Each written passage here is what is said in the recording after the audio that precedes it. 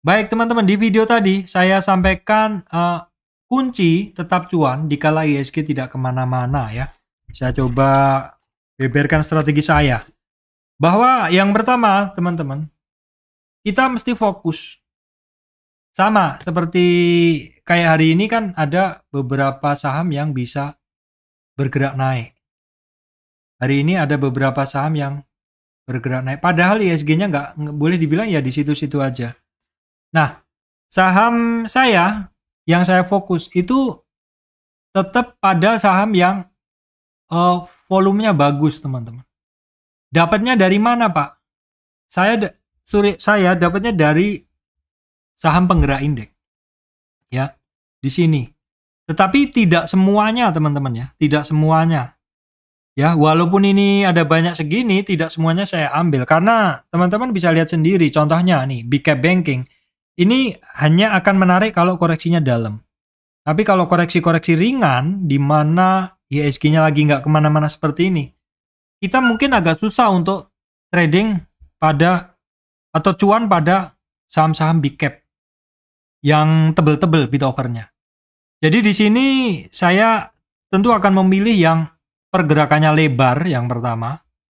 Terus kemudian pergerakannya lebar juga aktif. Ya, aktif itu artinya bid offer-nya itu aktif banget gitu loh. Nah, biasanya ini kalau yang tebel-tebel teman-teman, yang tebel-tebel bid offer-nya ini biasanya agak lambat. Tetapi tidak jamin juga ya, karena kayak GoTo ini kan juga tebel teman-teman. GoTo ini hitungannya nggak tebel sih. Untuk seukuran semarket cap GoTo ini nggak tebel, karena orang makan GoTo juga ribuan kan. GoTo ini menarik. Kemudian model Arto ini tipis kan, jadi menarik. Coba bandingin misalkan. Nah, BBNI ini hitungannya tebel ya. BBNI, BMRI ini tebel. BBCA ini sih sebenarnya nggak begitu tebel ya BBCA ini. Oke, kemudian coba contoh yang tebel ya, BRS. Ini hitungannya tebel, jadi pergerakannya agak sempit. Nah, seperti ini yang bisa saya skip. Contohnya Harum. Harum untuk sekarang saya skip dulu karena saya rasa ini cukup tebel. Karena yang tebel ini dia jadi agak lambat, teman-teman. Coba saya lihat yang ITMG ini. Nah, ini. ITMG ini enak nih untuk tradingan. PTBA tebel. Adaro ini sebenarnya dulu hitungannya tebel, teman-teman. Makanya saya jarang trading Adaro. Walaupun sekarang Adaro ini sangat lincah. Tapi karena sepertinya mindset di saya udah kecatat bahwa Adaro ini bid offer-nya tebel, kalau saya lebih suka ITMG. Ya, atau Harum harga kemarin, tapi Harum sekarang dia tebel. Loh, Pak, bukannya yang dicari bidnya tebel, Pak? Iya, tebel, tapi bukan tebel selamanya begitu. Karena di sini saya juga selalu ngelihat perbandingan antara bid offer-nya. Contohnya GoTo. GoTo itu sebelum naik hari ini, teman-teman. Itu kalau dilihat rasio bid dengan offer, itu pagi hari gedean bid, teman-teman. GoTo.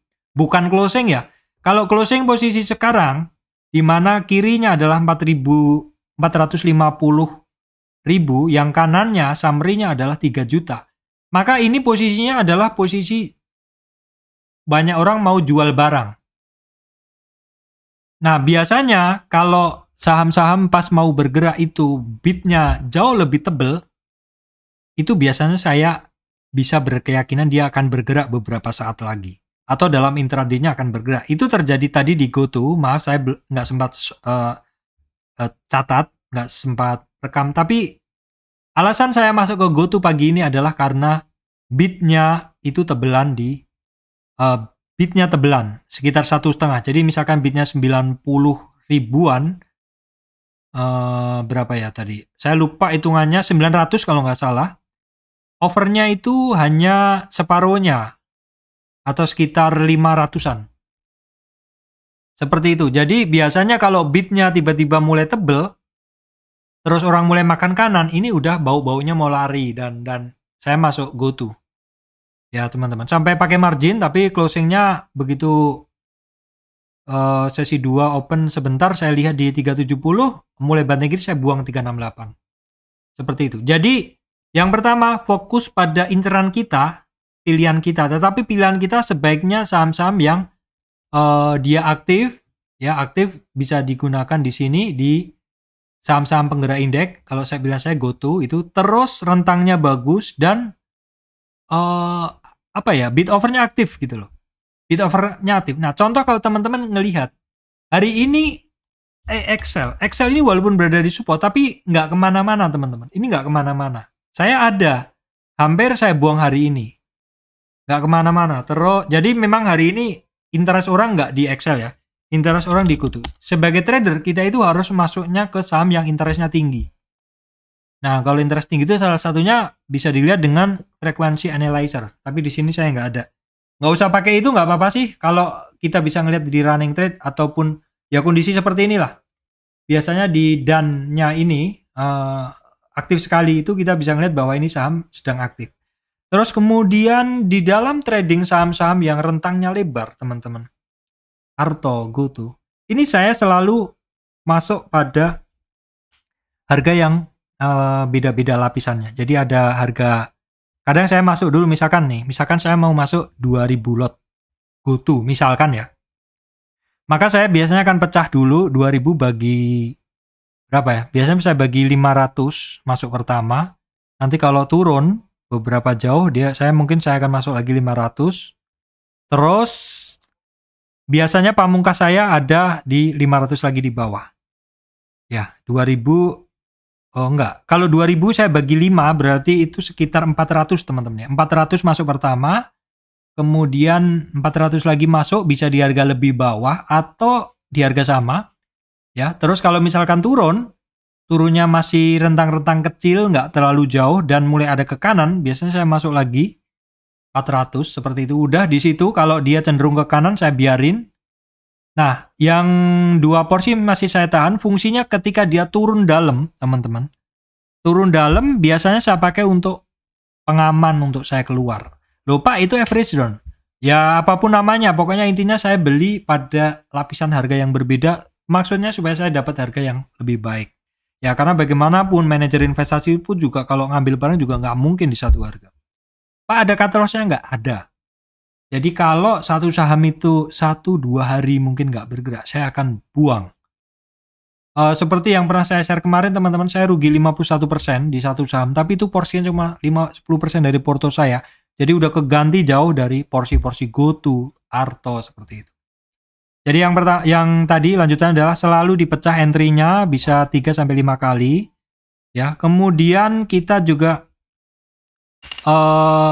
setiap saat itu tahu kondisi dari candlestick. Contohnya kayak hari ini Arto walaupun saya sering trading, hari ini saya jual, tetapi sorenya saya nggak buang. Kenapa? Ya closingnya ada, candlenya seperti ini. Arto itu closingnya di low-nya. Jadi itu nggak bagus. Besok aja ngambilnya. Kita harus tahu kondisi saham tersebut dari candlenya.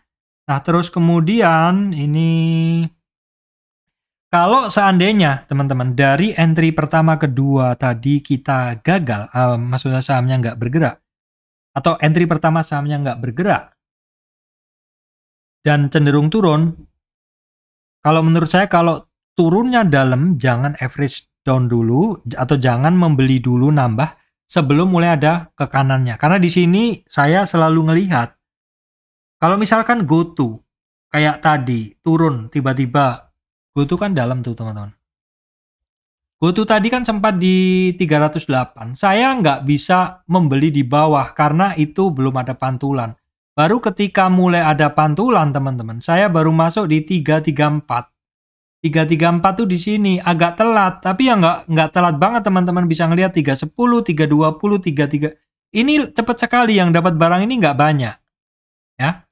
Yang dapat barang ini nggak banyak, makanya begitu ke kanan saya dapatnya di 334. Nah terus Pak saya buang di 344 karena saya belinya banyak margin. Jadi ada yang dari pengambilan 334 saya buang di 344 sebagian. Terus sebagian saya simpan. Saya buangnya di 368. Seperti itu. Jadi karena saya trader, saya harus ada take profit teman-teman. saya harus ada take profit, saya harus ada cash. Supaya mood saya bagus.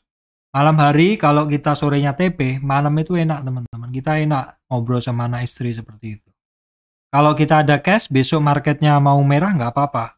Santai seperti itu. Kalau kita full barang, baper loh teman-teman. Tapi usahain kalau teman-teman baper karena kerjaan di saham, jangan sampai ngenain teman-teman yang lain. Kasihan. Artinya begini, kan misalkan kita trading nih, urusan kita trading. Terus kita juga punya grup lain. Tapi kalau trading lagi nggak untung, lagi rugi cut loss, seperti itu.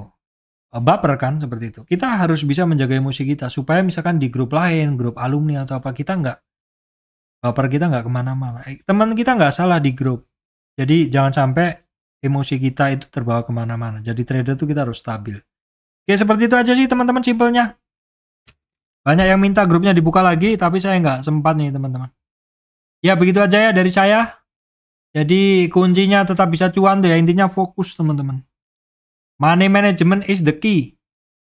Mungkin entry-nya sama-sama, tapi kalau entry-nya sahamnya sama, analisanya sama, tapi kalau entry-nya lapis harganya beda, all in ataupun di paruh-paruh seperti itu, hasilnya akan beda. Money management adalah kunci yang paling penting dalam trading, dan sekaligus juga Anda harus menguasai psikologi. Karena dari pengalaman saya, terbesarnya kita sukses atau enggak di trading itu adalah dari psikologi dan money management kita.